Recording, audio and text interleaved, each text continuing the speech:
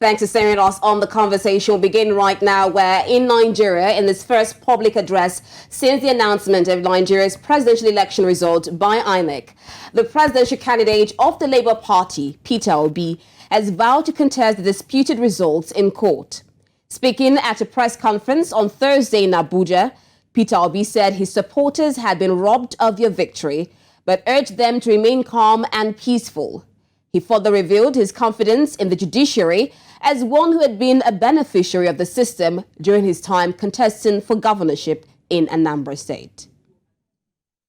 Meanwhile, the candidate of the People's Democratic Party, Alhaji Atiku Abubakar, in a separate press conference said the results were manipulated, while also insinuating that Peter Obi was in a rush for the presidency. He revealed that if Peter Obi had stayed in the party, then he would have been made a running mate. On the other hand, the president-elect Bola Ahmed Tinubu has called on all parties to join hands in rebuilding the country. Following the announcement of the results on the 1st of March, the candidates who want to submit legal challenges have 21 days after the announcement of the results to bring their cases to court. Now, joining us on the conversation this evening to discuss this, we have Eragbe Anslem, the Edo North senatorial candidate for the Labour Party, and Segun Adewale, Lagos PDP, I beg your pardon, senatorial candidate. We'll also have later joining us Olukayode Salako, House of Reps candidate of the Labour Party from Oshodi Solo Constituency 1 in Lagos State. Gentlemen, welcome to the program. Glad to have you on the conversation. Thank you. It's my pleasure to be here. Now, Anslem, I'll start with you. Peter Obi said the election did not meet the minimum standard expected of a free, fair, transparent and credible election. What's your assessment of the just concluded presidential and House and senatorial and House of Representatives elections? Okay, thank you, fellow Nigerians. Comrade Eragbe Anslem, the Edo North senatorial candidate for the 2023 general elections and the national youth leader of Labour Party. The facts are obvious before us as Nigerians, except if we choose to pretend. But these issues have gone beyond the issues of pretense, because these are practical realities as to how they occurred. We all saw it manifestly. Situations where a lot of violence took place, even where there were no violence, the people voted, the results collated, entered into, but obviously the results announced were marked deviations to a very, very large extent to what actually transpired at the polling unit level areas in Nigeria.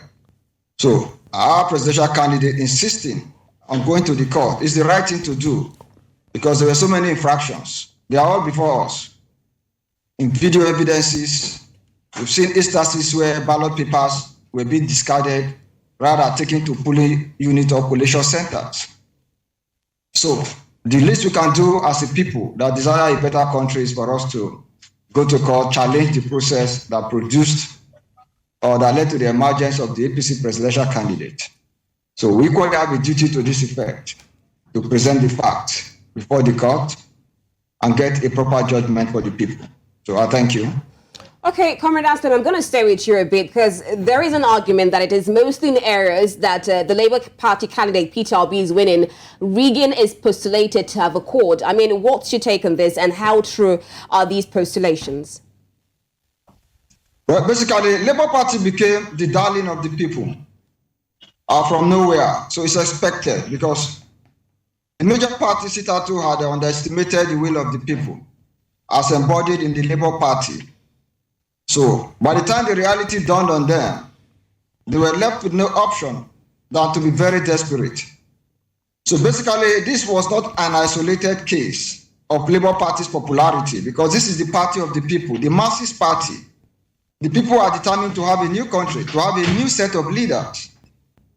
So it is obvious the least they could do was to come out against the people in the way they did. A lot of intimidation, a lot of harassment, a lot of manipulations. So all of this happened primarily because Labour Party became a force. So for those who had assumed previously that Labour Party was just in the social space, the reality dawned to the point where Labour Party is the party to beat. And I believe, just like our principal said, by the time we go to the tribunal and the real results are isolated and declared, there is no doubt that Labour Party will come up top as the winner of this election. Okay, thank you, Comrade Anselm. Now I'd like to bring Shego into the conversation. Now, Shego, two questions here. Number one is your general assessment of the elections that took place last week. And then my second question is this. Both opposition candidates, I'm talking about Alhaji Atiku Abubakar and also Mr. Peter Obi yesterday in their press conference did reiterate their confidence in the Nigerian judiciary. Now, do you have faith in the Nigerian judiciary to address the grievances of the aggrieved parties once they go to court? Okay, fine. My phone is dead. Okay, I'd like to direct that question to Comrade Anselm while we wait for Shegun to sort out his audio. Yeah, may you kindly repeat the question so that I'll be very clear with you? Yes. Now, I said the opposition candidates, the aggrieved parties, Mr. Peter Obi and Alhaji Atiku Abubakar, both yesterday in their various press conferences did reiterate their confidence in the Nigerian judiciary. Mr. Peter Obi said he's been a beneficiary of the Nigerian judiciary, and also Alhaji Atiku Abubakar. Now, do you believe that the Nigerian judiciary will address the needs of the aggrieved parties and do the right thing once they go to court? The law itself, as it were, has to do with the facts before it. So, it's not a case of whether we actually believe in the judiciary. What we need to do is to isolate the fact from the fictions as they were and make an effective and proper presentation. Because by and large, there is the aspect that the people truly voted. The Form EC8A showed that scores were entered and signed by polling unit agents. We have another portal that shows that results were entered and collated on the IRF portal. From what we are beginning to see, we have seen some instances where some of the results uploaded in the IRF portal were not exactly the issues that transpired from the polling units. So these are the issues. So what the Labour Party need to do, which is what we have started doing, by and large, I called a meeting of the youth stakeholders in the Labour Party's headquarters yesterday. We had a critical appraisal of the issues and came up with a communique, and that communique will be released today to the world. So the procedure we are going to adopt in arriving at the critical issues, isolating the truth from the fiction, the facts, and making a presentation to the tribunal. So the tribunal ultimately, with the facts they will see or have before them, they'll be able to adjudicate appropriately. So I have faith in the judiciary, just like my principals have stated, they have faith in the judiciary. But the judiciary will not be making judgment outside the facts. From the investigations... So we as a party, we have a duty to present the facts. Sorry to interrupt you, Comrade. From the investigations you've made, are these isolated incidents or you have a spread? Is it nationwide of the areas you feel there are discrepancies? Yes, for us, these are widespread discrepancies. It's a national issue on a national scale. Nigerians may not entirely believe what I'm saying right now until we have been able to make this presentation. Comrade Anselm, are you still with us? Can you hear us? Okay, I don't know if we have Shego with us. All right. Okay. Yeah, go ahead and complete your thoughts, Comrade Anselm. Yes. So, but in order not to make too many bogus statements, we have taken upon ourselves to do the needful. And the needful is for us to collate the exact polling unit results as they occurred at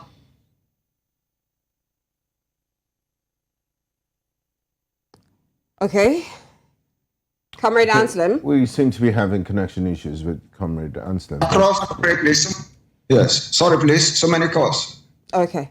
All right. While we're still looking at the elections, I mean, we have another one coming up in March 11. Now, earlier on, you talked about yourself being the national youth leader of your party. What effect do you think this discontent would have on the upcoming gubernatorial election? And should we expect a large turnout of supporters for the Labour Party? Basically, Nigerians are committed to coming up, notwithstanding the issues, what they have just seen, contrary to their expectation. So we are mobilizing them, as it were. They are convinced on the need to come out the more, because we need to cap.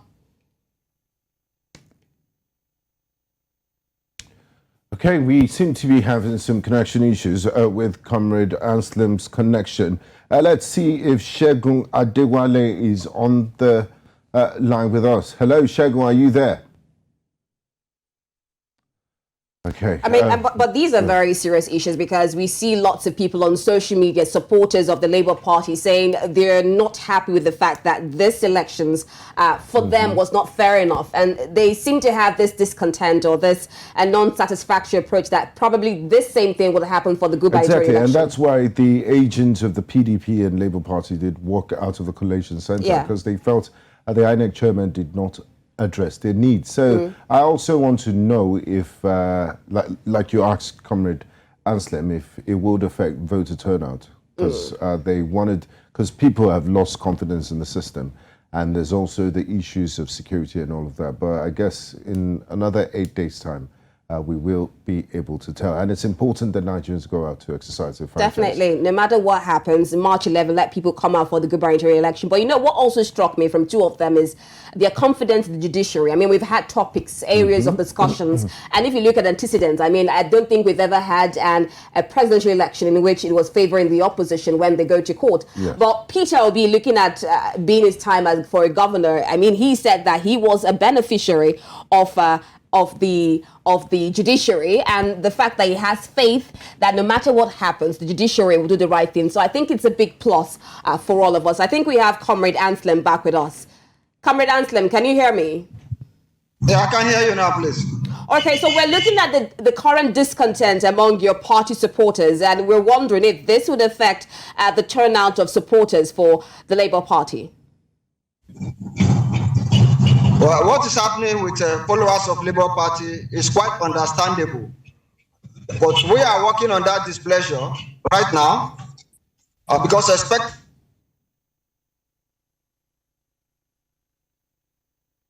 All right. We have another, I mean, as the youth leader of the Labour Party, you expect him to be inundated with calls, especially at a time like this. Yeah. And he did say that they're going to release a communique. I was going to try and probe him for the content of that communique and what to expect. So he's a busy man, but I guess he should have a phone for for his other private other private matters and issues. Now, talking about confidence in the judiciary, I did monitor at the press conference of Alhaji Atiku Abubakar. He did say his former principal, the president, he took him to court 11 times, and in those instances they ruled in his favor. So it's nice that we have both parties you know, affirming their confidence in the Nigerian judiciary. Comrade Anselm is back. Okay, Comrade Anselm, can you hear us? Yeah, I can hear you, please. Okay, go on, please, with your thoughts. Yeah, I was saying that there's a lot of discontent right now in the body politic amongst the people of this country. For the first time, we saw a situation where a presidential candidate was declared winner, and there was palpable silence across the length and breadth of the country. So what that means significantly is to say that that's not the will of the people or their wish or wishes. I mean, on its own, it's a natural phenomenon.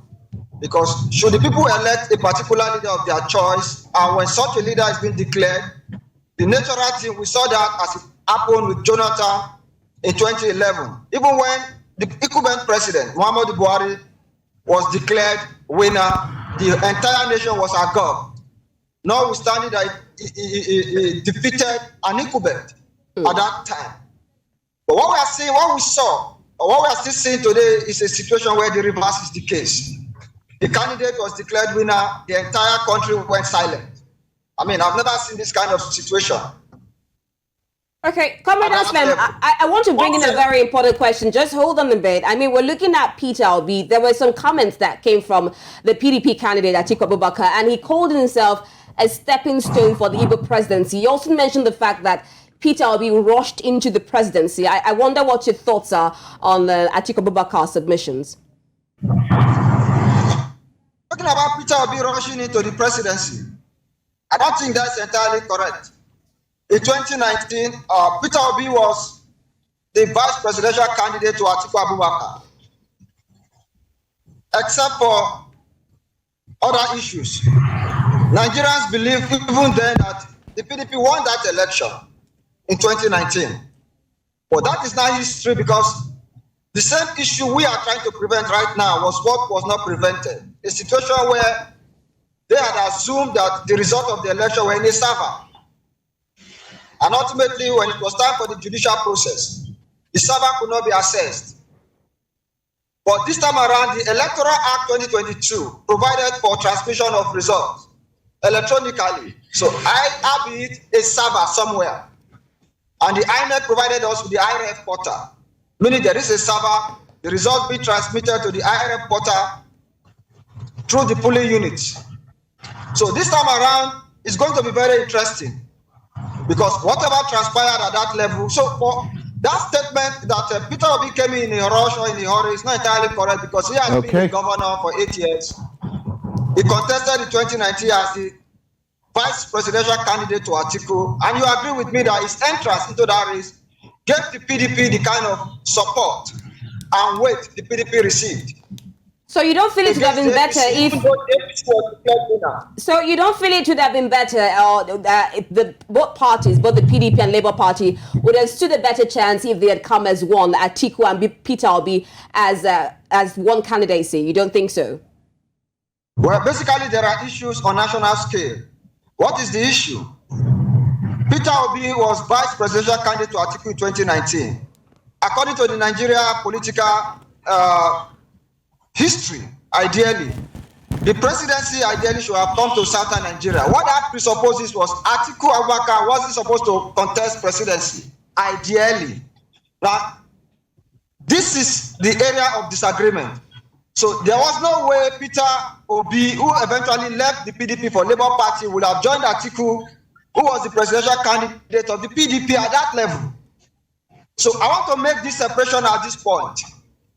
But for instance, when Peter Obi, if he remained in PDP and the PDP gave him their presidential ticket, of course, Atiku probably may not want to be his vice president, probably for his history, being a former vice president.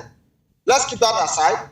But if Peter Obi remained in the PDP from the south, and we had a very strong northern vice presidential candidate, that would have been a very strong player at that level.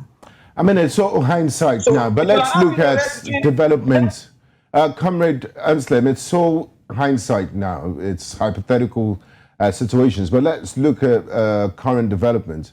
Quite a number of political parties were not happy with INEC's performance last week during the general elections. There's still one more round of elections to go, the gubernatorial and State House of Assemblies elections. Are you confident? Do you think that INEC has time to improve on the failings of last week to put up a better performance next week as Nigerians go to the polls once more on March the 11th to elect governors and members of State Houses of Assemblies?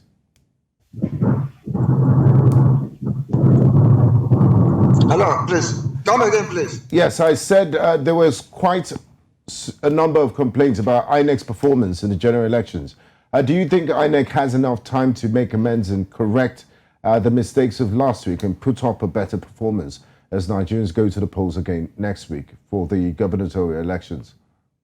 Okay, now the widespread mistakes fundamentally from INEC are, one, the proper collation or proper entry of the results that came from the polling units. That's on the part of INEC. But on the part of the parties, their duties and responsibilities to ensure that the polling unit agents actually be on their duty post, ensure that the proper results are entered into the EC8A to be transmitted by INEC. And where the wrong thing is transmitted, when we go to the tribunal, we'll be able to isolate all of these issues. So INEC, as it were, for me, they did all they could do proper, other than one fact, which is the aspect of the declaration of the results, the entry and the declaration to live up to their billings in the next round of elections. INEC should not. All right. Thank you very much, Comrade Ragbe Anselm, for joining us on this conversation. Edo North Senatorial Candidate, Labour Party. Of course, we'll still continue to have discussions. And also the youth leader of the Labour Party. Thank you.